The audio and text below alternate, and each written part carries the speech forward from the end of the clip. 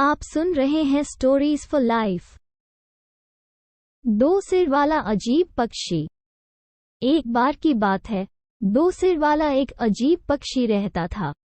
एक बाईं ओर और दूसरा दाईं ओर। दोनों मुखिया आपस में बहुत साधारण कारणों से भी आपस में झगड़ते और बहस करते थे।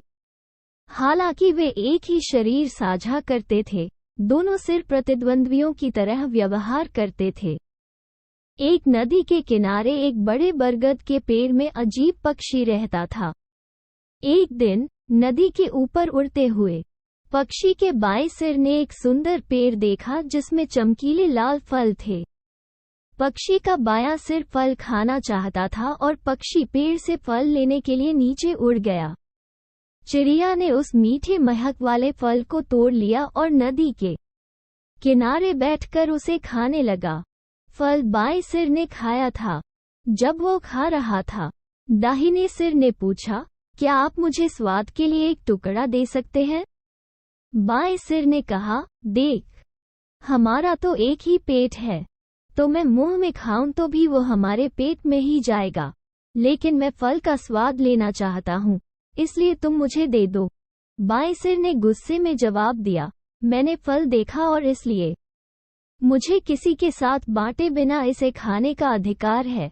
दाहिना सिर उदास हो गया और चुप हो गया। कुछ दिनों बाद जब पक्षी फिर से नदी के ऊपर से उड़ रहा था, दाहिने सिर ने एक पेड़ में एक सुंदर गुलाबी फल देखा।